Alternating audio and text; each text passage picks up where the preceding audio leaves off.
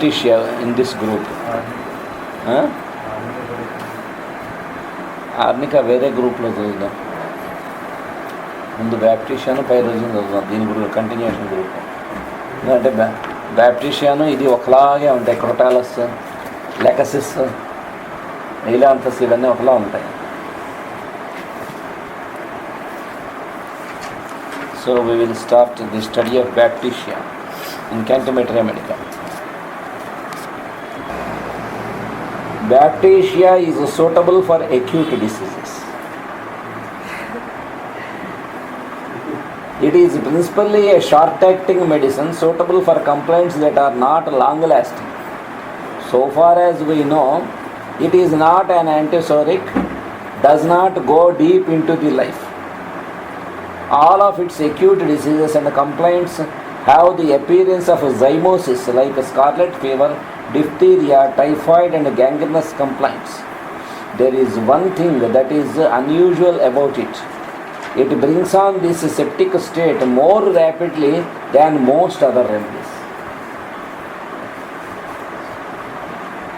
The zymotic complaints of arsenic, phosphorus, root-stocks and bryonia are much slower in their place.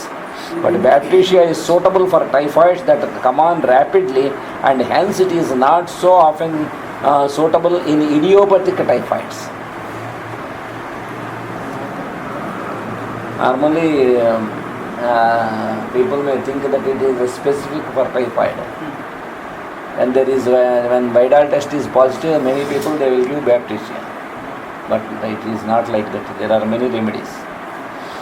When an individual comes down suddenly from cold, from malaria, from drinking poisonous waters and from any zymotic or septic cause, he is hurled into bed in a few days instead of going through a period of 4, 5 or 6 weeks. The old idiopathic typhoid fevers come on slower. Baptisia is suitable for those blood poisons that are highly septic, such as the puerperal state, such as scarlet fever. He comes down perhaps with the appearance of a sudden violent breakdown with a remittent fever, but all at once it turned continued and takes on septic symptoms. So much for its progress and its place. Every medicine must be observed as to its velocity, as to its pace, as to its periodicity, as to its motion and its wave.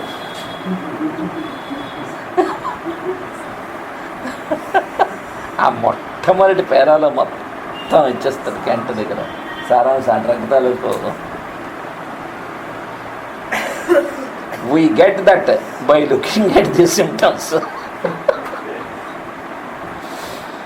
You take an individual who has been down in a mine, in the swamp, down in the mud, in the sewers, who had inhaled foul gases, who goes into bed with a sort of stupor. From very beginning he feels stupid. It is not gradual, but he goes down very suddenly and he is stupid. He is prostrated, his face is mottled, sores begin to appear on the teeth much earlier than in the regular typhoid. వారం రోజులు అంత దాటితే కానీ టైఫాయిడ్లో సోర్స్ రావు. The abdomen becomes distended much earlier than in a regular typhoid. That is one who is accustomed to observing those things knows they are postponed for a number of days. While with this remedy, the third day the abdomen is distended, his mouth is bleeding and is putrid, his odors are horrible, and he is in a marked state of delirium, such as would not be expected until the typhoid is for many days. Typhoid is out for many days. So it has a rapid running diseases. It has velocity. అందుకే ఫీవర్స్లో in fevers we should remember this type of typhoid state and also poisonous state, stupor, all these things will appear in the beginning itself within 1 or 2 days in Baptisia. In Gelsemium, the patient will run down within few hours after getting the fever. Where much weakness will be there. what degree of weakness we see in camphor cholera, even with 2 or 3 small stools, the patient will be debilitated, much weak. But in podophyllum and acidophos, even with big motions, that much of weakness will not be there. But in camphor, with only small motions, 1 or 2, even after 1 or 2 small motions also, the patient gets debilitated, much weakness will be there. The similar thing will be there in gelsemium with fever. He starts getting fever, immediately within few hours, he will be very much exhausted, much weakness will be there. In Baptisia, dullness will be there, and within few hours, he starts getting delirium. Septic condition will be there.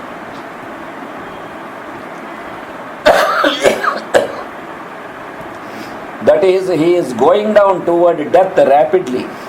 He is increasing in his prostration more rapidly than usual. In arsenic also the prostration will be high. Much weakness and prostration will be there. But it is accompanied with the other symptoms. In arsenic also it is suited for the horrible fevers, poisonous fevers. But this dullness will not be there. Anxiety will be there, restlessness will be there, fear of death will be there. All the group of symptoms are there. But in Baptisia, he will be dull.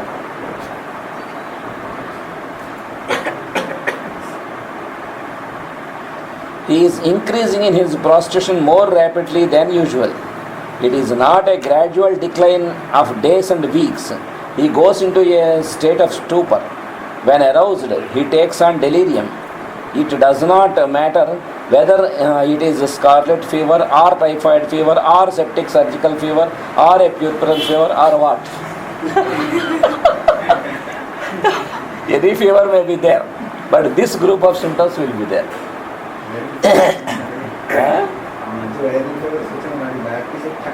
Immediate.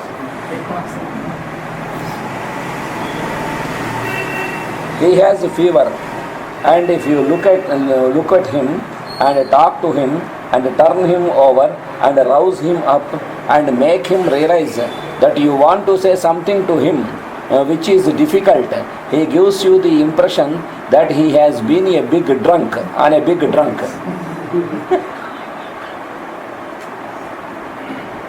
That is the first thought you will have in a Baptisia case.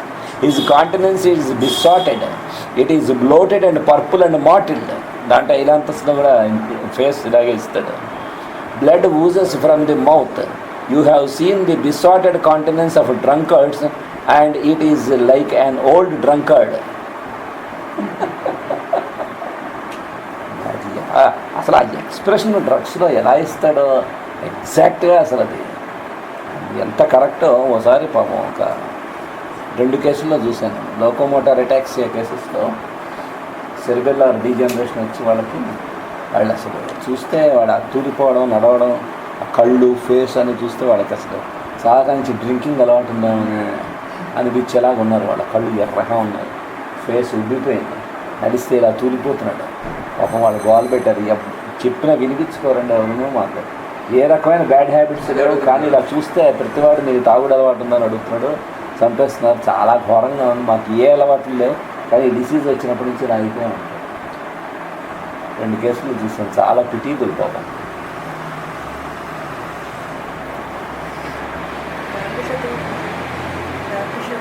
అక్కడ Baptisia తగ్గదు. ఇది ఇక్కడ ఈ ఫీవర్స్లో అక్కడ Baptisia chronic అది. సెరిబెల్లార్ degeneration అట్లనే వస్తుంది. Locomotor ataxia అంటే why he gets because locomotion is controlled by cerebellum.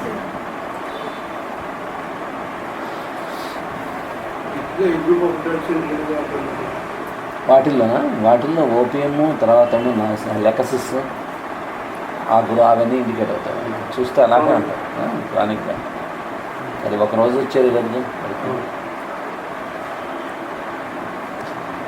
His mind seems to be gone. He does not know what he is talking about. He is in a confusion, and when aroused he attempts to say something and utters a word or two, and it all flits away and he is back into his state of stupor again. No matter what disease that comes in, no matter what inflammation is present, no matter what organ is inflamed, if that state of blood of the blood that can give rise to such symptoms and such sepsis is present, if that state of mind is present, it is baptisia.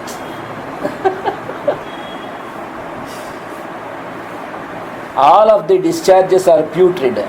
The odor is cadaverous, pungent, penetrating. His perspiration, if he has any, is sour, fetid, pungent and penetrating. If he has no sweat, the body gives off an odor that is unaccountable. The odor is so penetrating that on going into the front door, the whole house, if the room is open, is filled with the odor. వాటి నుంచి వచ్చే smell మొత్తం room అంతా ఇల్లు అంతా వ్యాపించేస్తుంది, అంత ఇదిగా ఉంటుంది. ఫీవర్ లేకపోయినా ఉండేటువంటిది సెప్టిక్ కండిషన్స్లో చాలా అవుతుంది. The order from the stool is putrid and so penetrating that it can be detected on first going into the house.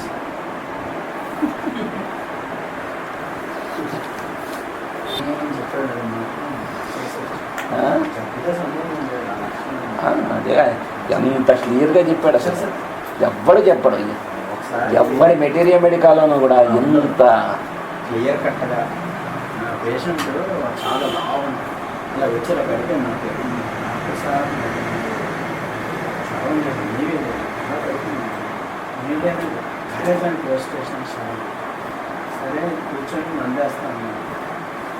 మందు వేసి ఇంకో పేషెంట్ మందు కడతాం లోపు బయట భర్త గారు హాయిగా మాట్లాడతాం. చూసాను మీరే బాగుందండి అండి, 2 నిమిషాలు అయిందంటే ఇంట్లో మంది వేసి కూర్చోండి.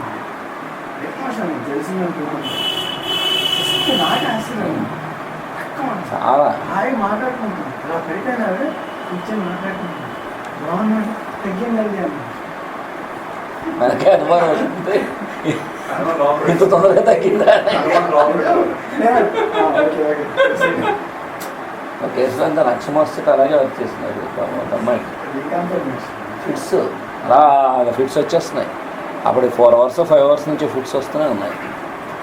ఏం వేసాను సడన్గా మొదలయ్యాయి ఫిట్స్ అమ్మాయికి. హిస్టరీకి అమ్మాయి బాగా హిస్టరీకి ఏవో ఇచ్చిన తగ్గ సల్ఫర్ ఇచ్చా, ఏవో ఇచ్చాను అందుకు వచ్చి సడన్గా వచ్చే బెల్లోనా అవే ఏమి ఇచ్చినా తగ్గుతున్నాయి, ఇంకా ఎక్కువ అవుతుంది. ఎందుకు అమ్మాయిని జాగ్రత్తగా అబ్జర్వ్ చేస్తే కెటలప్సియల్లే కనిపించింది. మన అన్నీ కూడా మా చుట్టూ అందరికీ తెలిసిన అమ్మాయి ఏదో రెస్పాండ్ అవ్వడానికి ట్రై చేస్తుంది. విపరీతం దాహం ఉంది, నోరెండిపోతుంది, గోల్ చేసినప్పుడల్లా మంచినీళ్ళు పోస్తే తాగి కామ్ అవుతుంది. ఇవన్నీ చూసిన అక్స్మోస్టేట 200 వేస్తే 10 minutesలో ఆగిపోయేది. Only 10 minutes. ఒక అరగంట వేస్తే లేచి అందరికీ మళ్ళీ అమ్మాయి అందరికి టిఫిన్లు తింటే అందరికీ వడ్డించింది అన్నీ చేసి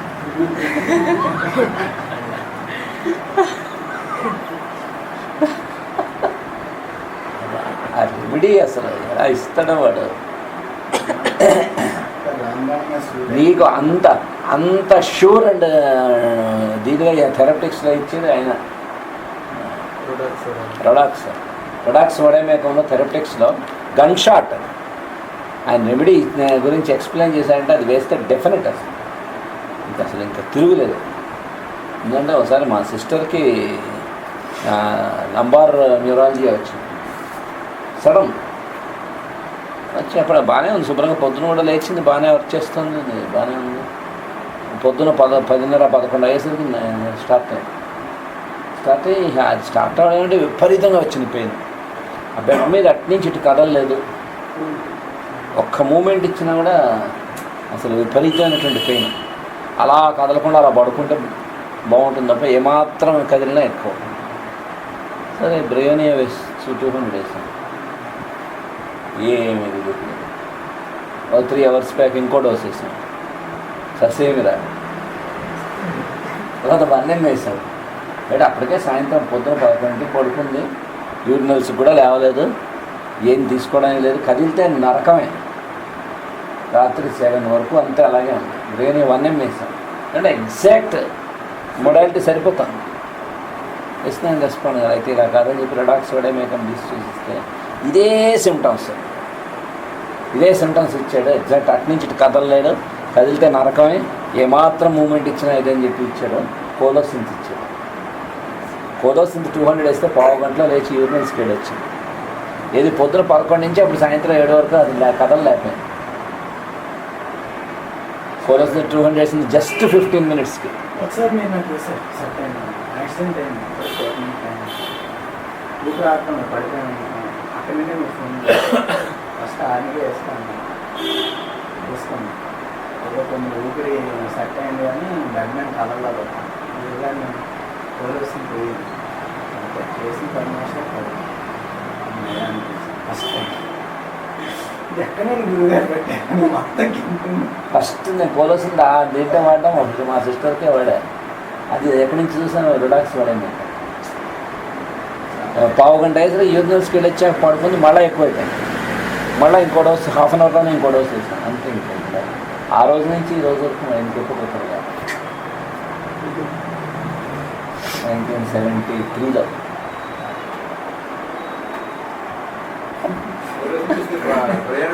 75లో ఇచ్చాడు. కానీ అసలు నీకు బ్రేవనీ అయితే వాటికి తగ్గాలిగా. 202 డోసులు వేసాం, 103 డోసులు వేసాం. ఎక్యూట్లో అది కనుక సూట్ అయితే ఇమీడియట్గా తగ్గద్దు. తగ్గలేదంటే అది కాదు, ఎక్కడో మిస్ అవుతున్నాం. అందుకు అది తీసుకునేసరికి అదే సెట్ టెస్ట్ ఉంటుంది సార్. కానీ కోలోసింత్ ఇచ్చాడు. నిరాల్జియస్ అంట తీస్తే దాంట్లో ఇచ్చాడు.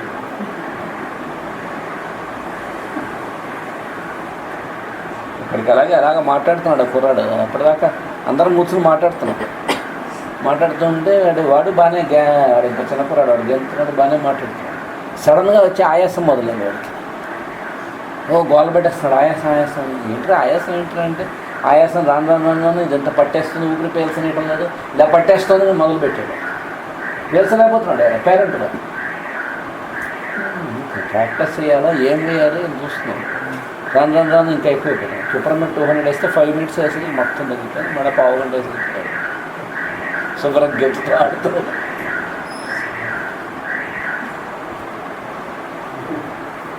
వాసుదేవ. స్వస్తి ప్రజాభ్యః పరిపాలయంతాం న్యాయేన మార్గేణ మహీం మహీషాః. గోబ్రాహ్మణేభ్యः శుభమస్తు నిత్యం. లోకాः సమస్తాः సుఖినో భవంతు. లోకాः సమస్తాः సుఖినో భవంతు. లోకాः సమస్తాः సుఖినో భవంతు.